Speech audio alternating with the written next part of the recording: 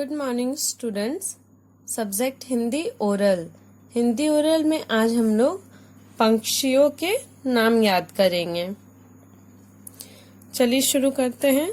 कबूतर, कौवा, मोर, बत्तख, कोयल, मैना, उल्लू, तोता, हंस, मुर्गी। कबूतर, कौवा, मोर, बत्तख, कोयल, मैना, उल्लू, तोता, हंस, मुर्गी। आप सभी को इन 10 पक्षियों के नाम को याद करना है। Thank you.